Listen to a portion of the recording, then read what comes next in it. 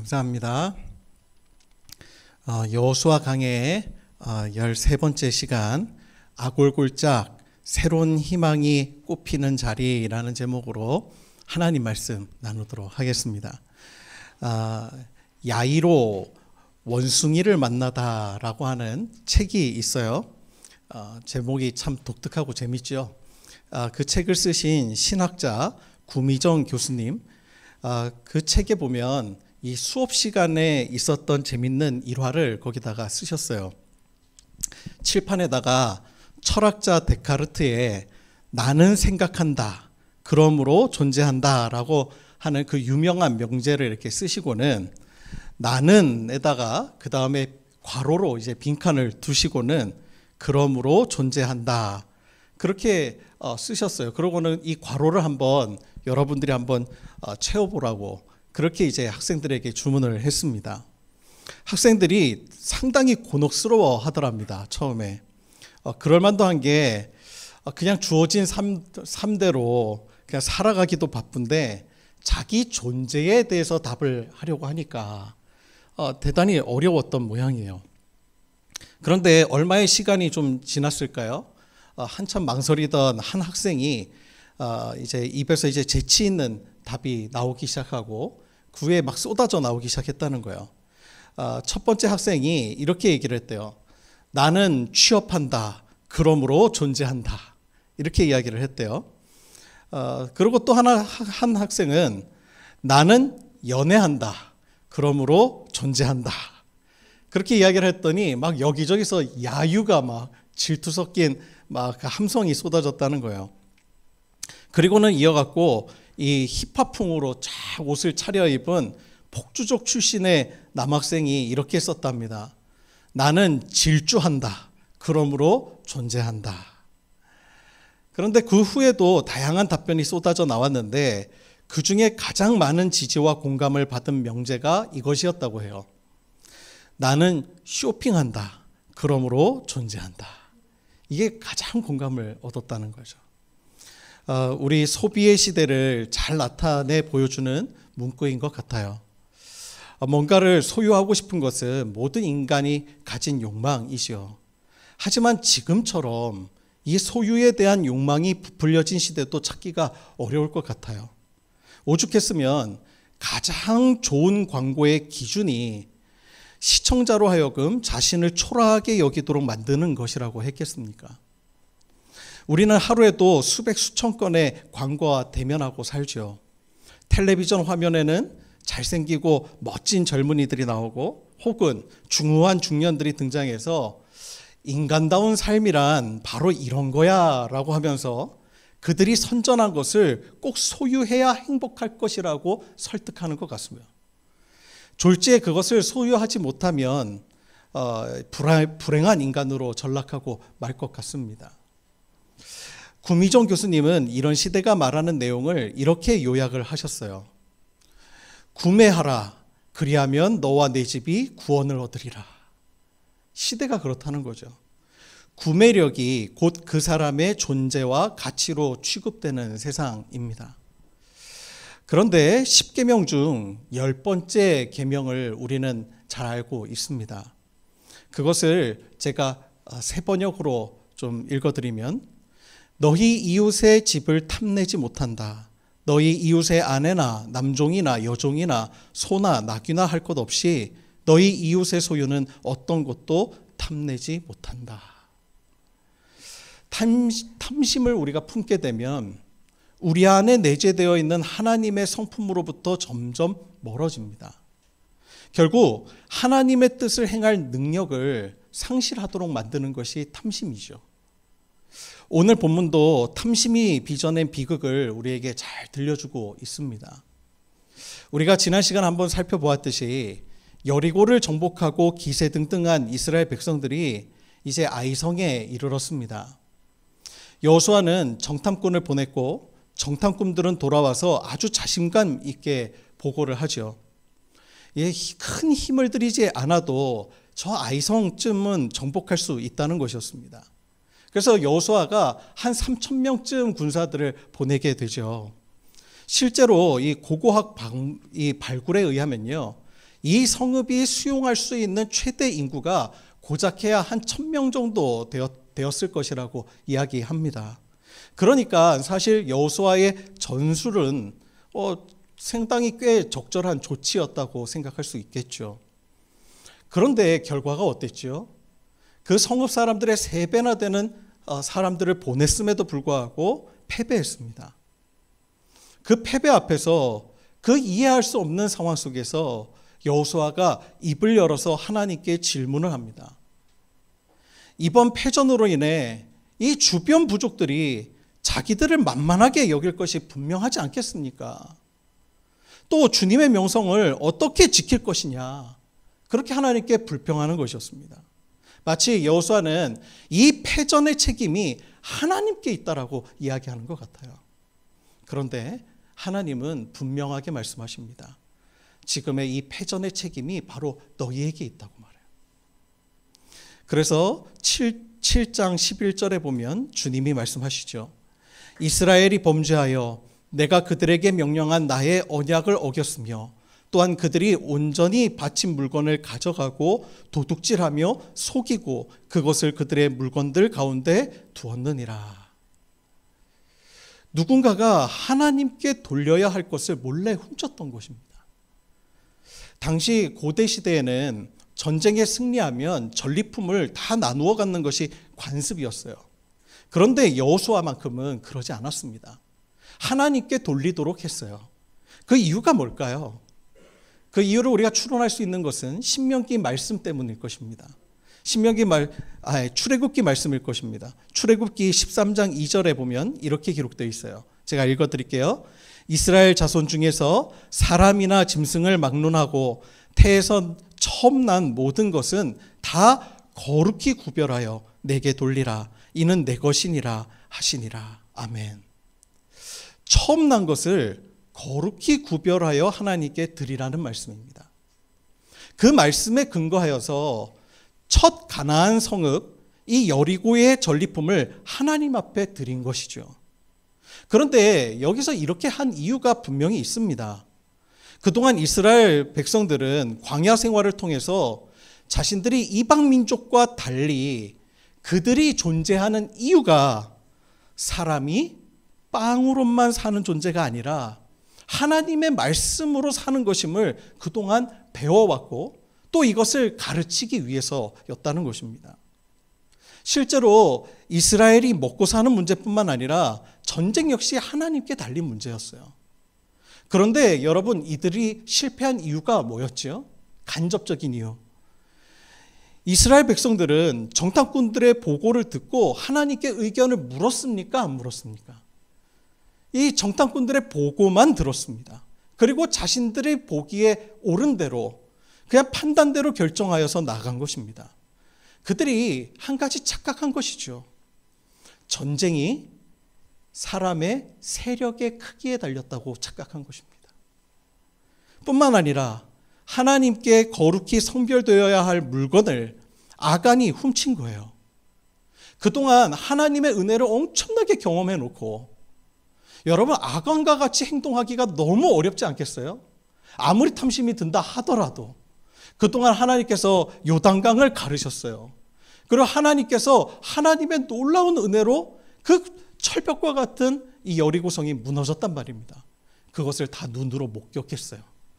하나님이 살아계시다는 것을 목격한 사람이 하나님의 눈을 속일 수 있다고 생각한 것 자체가 정말 신기한 일이죠.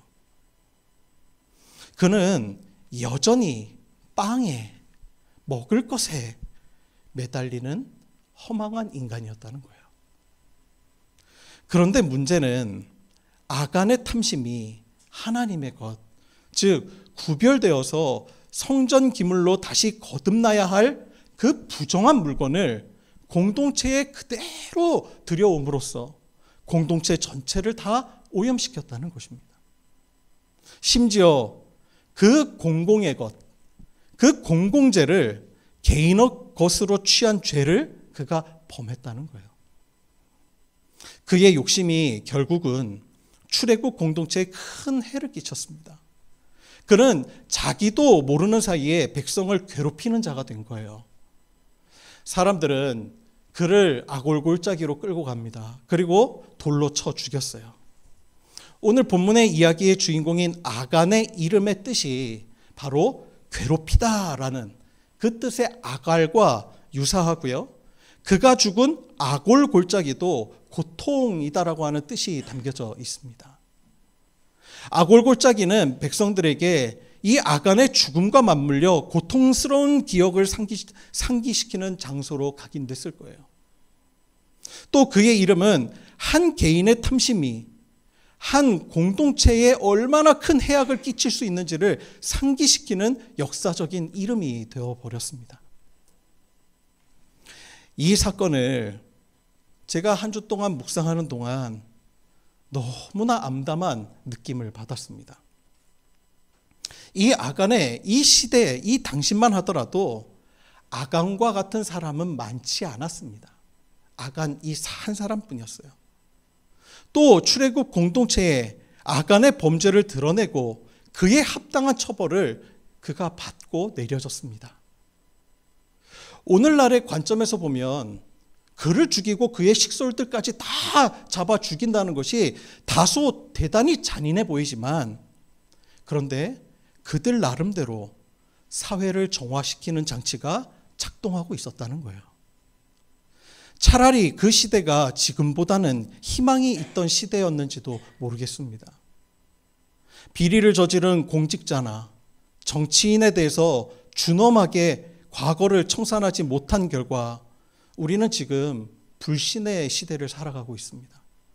공공의 것을 개인의 것으로 취한 자들을 제대로 처벌하지 못했다는 거예요. 어느 전직 대통령이 했다는 말이 있죠. 왜 나만 갖고 그래? 우리의 이 세태를 적나라하게 드러내주는 말입니다. 세상의 소금이어야 할 우리 교회도 예외가 아니죠. 지금 한국 교회가 이 지경이 된 것도 자정 능력을 잃어버렸기 때문입니다. 잘못을 저지른 사람이 막대한 물적, 인적 자원을 동원할 수 있는 사람인 경우에 사람들은요, 그간의 공로를 인정하여 라고 말하면서 그의 죄를 다 덮어주곤 합니다. 그 목사님이 우리 교회에 오심으로 말미암아 부흥하지 않았냐. 그래서 그가 그 어떠한 죄를 지어도 교회는 그 공로를 인정하여 용서해 주자고 말합니다. 교회조차 성과주의가 거룩성보다 앞서게 된 것입니다. 이 세상은 어느새 아간들의 나라가 되고 말았습니다. 아간과 같은 류의 사람들이 부끄러움도 죄책감도 없이 판을 치는 시대는 그리 살만한 시대가 아닙니다. 자기 욕심을 채우기 위해 공동체의 안위는 아랑곳하지 않는 파렴치한 이기심이 우리 시대의 대세가 되어버리고 말았어요. 부동산 불패 신화에 기대어서 불로소득을 노리는 사람들, 뉴타운 개발로 인해 막대한 부를 얻고 있는 지주들과 건설사들의 눈에는 살 권리를 박탈당한 채 자기 땅에서 유배당한 이들의 피눈물이 보이지 않는 모양입니다. 수학의 천재이자 컴퓨터 과학의 아버지라고 불리는 앨런 튜링, 그 사람의 삶을 다루는 이미테이션 게임이라는 영화에 보면 짤막한 재미있는 이야기가 나옵니다. 그 이야기에 보면 이런 내용이 나와요.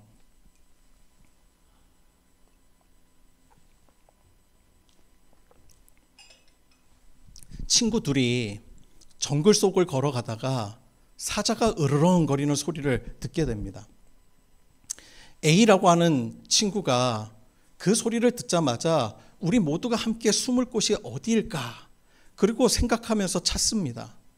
그런데 갑자기 B라고 하는 친구가 샌들을 벗고 잘 달릴 수 있는 운동화로 갈아 신고 있는 것입니다. 그 모습을 본 A가 B에게 물어요. 너 무슨 생각이니? 네가 아무리 빨리 뛰어봤자 사자보다 빨리 달릴 수는 없어. 그러자 이 B가 이렇게 대답하죠. 나는 사자보다 빨리 달릴 필요가 없어. 단지 너보다만 빠르면 돼. 사실 이것은 오늘날 우리의 현실이기도 하죠. A는 위기 앞에서 자신과 친구 모두가 살 방도를 찾아보려고 애씁니다. 그러나 B는 적자 생존의 방식, 친구를 죽게 함으로써 빠른 자기가 살 수 있는 방법을 찾아요. 안타깝게 오늘날은 사회의 공공선을 생각하며 모두가 함께 살 방도를 찾는 사람보다 아주 사적인 자기 이익을 기준으로 능력 있고 잘 적응하는 자만 살아남는 사회로 바뀌어가고 있는 거예요.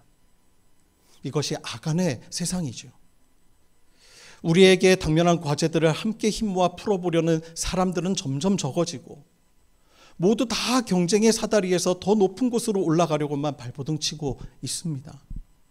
그런데 이런 경쟁의 사슬에 매여 있는 현대인들이 이 경쟁에서 탈락할까 하는 이 불안과 두려움, 경쟁에서 밀려났을 때의 그 좌절과 무력감, 그리고 그 분노의 감정에 너무 자주 휩싸이게 된다는 사실입니다.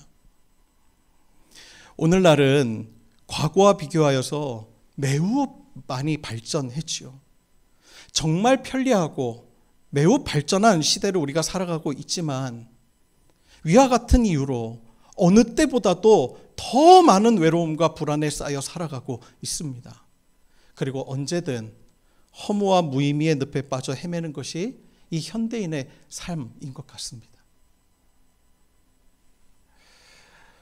이 악안으로 인해 아골골짜기가 주는 이 이미지는, 우리에게 주는 그 느낌은 대단히 음습하고 무서운 느낌을 줍니다. 게다가 이호훈 목사님이 작사하신 찬송가가 있죠. 푸른 바다 나선이 몸, 아시죠? 우리가 비장한 마음으로 이 복음을 들고 갈 장소로 아골골짝이 나옵니다. 제가 이스라엘에서 아골골짝을 가봤어요. 거기는 정말 텅 빈 광야이죠. 거기서 차가 저를 내려주고 그리고 한 1시간을 걸어서 갈 거리에다가 떨어뜨려 줬습니다. 그 광야에 아무것도 없는 그 아골골짝을 걸어가는데 정말 아골골짝 빈들에도 복음 들고 내가 여기에서 도대체 무슨 복음을 전하냐는 말이에요. 정말 낙심이 들 만한 곳이 아골골짜기입니다. 그런 느낌이죠. 그런데 하나님께서요, 놀라운 말씀을 우리에게 주십니다. 아골골짜기를, 우리가 가지고 있는 이 아골골짜기에 대한 이미지를 완전히 역전시키는 놀라운 말씀을 우리에게 주셨다는 거예요. 하나님께서 예언자들을 통하여서 이 아골골짜기를 희망이 시작되는 곳으로 주님이 선언하시기 시작했다는 거예요. 바벨론 포로기에서 활동했던 익명의 예언자는 이 이스라엘의 회복을 말하면서 이사야서 65장 10절에 보면 이렇게 고백을 합니다. 제가 세 번역으로 읽어드릴게요. 샤론 평야는 나를 찾는 내 백성이 양떼를 치는 목장이 되고 아골골짜기는 소들이 쉬는 곳이 될 것이라. 그 고통의 땅을 하나님께서는 역전시키고 계시다는 것입니다. 그리고 또한 호세아는 백성을 향한 주님의 사랑을 말하면서 그가 호세아서 2장 15절에 이렇게 고백을 해요. 아골골짜기가 희망의 문이 되게 하면 그는 젊을 때처럼 이집트 땅에서 올라올 때처럼 거기서 나를 기쁘게 대할 것이라. 하나님께서 그 땅이 희망의 문이 될 것이라고 선언하고 계신 것입니다. 그렇습니다. 여러분, 희망을 말할 수 있는 자리로 절망의 현장보다 더 좋은 곳이 어디 있겠어요? 우리의 실패, 우리의 절망, 모든 고통을 경험했던 그 땅에서 주님은 다시 그 땅을 갈아엎으셔서 하나님께서는 그 땅을 일으키고 희망을 주시겠다 말씀하고 계신 것입니다. 우리에게는 절망인 그 순간 하나님께서는 놀라운 섭리와 놀라운 축복을 예비하고 계시더라는 거예요. 여러분, 우리가 예수 그리스도 그 십자가 은혜를 경험할 때가 언제였습니까? 죄가 많은 곳에 은혜가 더한다고 나의 절망이 더욱 짙으면 짙을수록 나를 향한 하나님의 은혜가 선명하게 보여진 거예요. 놀라운 하나님의 은혜가.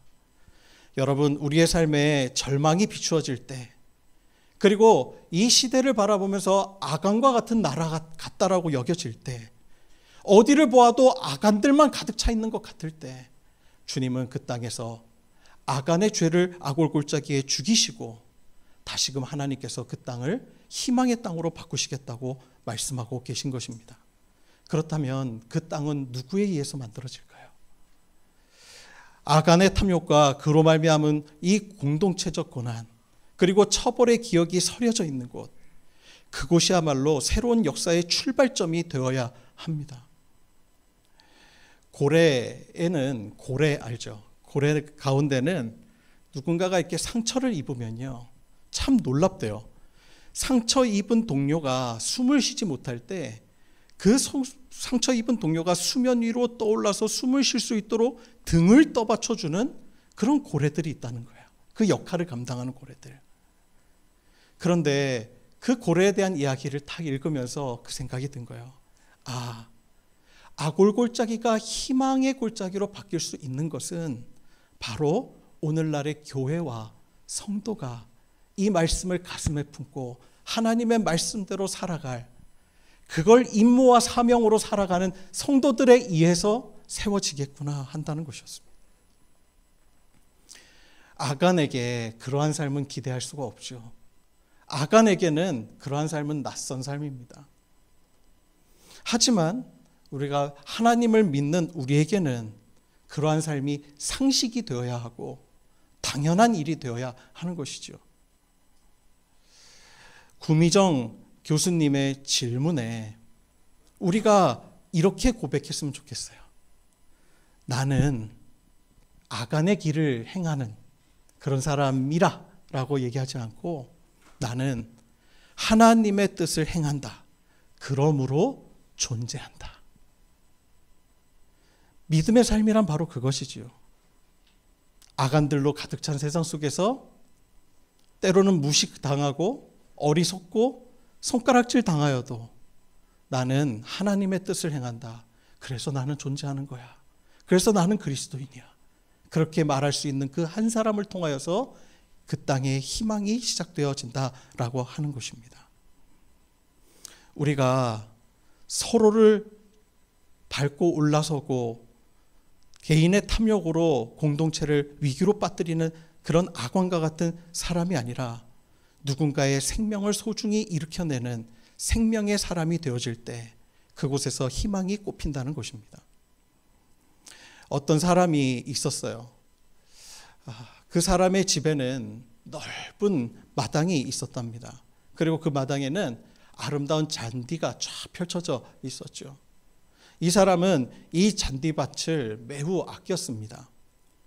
매일 물을 주고 잔디 깎는 기계로 예쁘게 깎아서 말끔한 잔디밭을 갖고 나갔어요. 그런데 어느 날 잔디밭에 민들레가 수북히 자라나기 시작했다는 거야. 그는 잔디를 망치고 있는 그 민들레를 없애려고 온갖 방법을 다 써보았지만 민들레가 도무지 사라지지 않는 골칫거리가 되고 말았습니다. 그래서 그가 농수산부에다가 문의 편지를 썼다고 해요. 자신이 시도해본 모든 방법을 다 열거한 다음에 아래의 질문으로 편지를 맺었다는 거예요. 내가 이렇게까지 했는데 안 되니 어떻게 하면 좋겠습니까? 조언을 좀 주시기 바랍니다. 그랬더니 절차를 다 밟아서 이 농수산부로부터 이 답장이 왔다는 거예요. 근데 그 답장이 놀라웠습니다. 이렇게 써져 있었다는 거예요. 한 줄로, 민들레를 사랑하시기 바랍니다. 민들레를 사랑하시기. 민들레를 사랑하면 해결될 문제인 거예요. 우리의 삶에도 가시와 같은 사람이 있죠. 꼴보기 싫은 존재도 있죠. 나는 온통 다 잔디밭이었으면 좋겠다고 생각하기도 하죠. 그러나 민들레와 같은 그 존재를 우리가 품어낼 때 오히려 더 풍요로운 그 땅이 될 수 있다라고 하는 것입니다.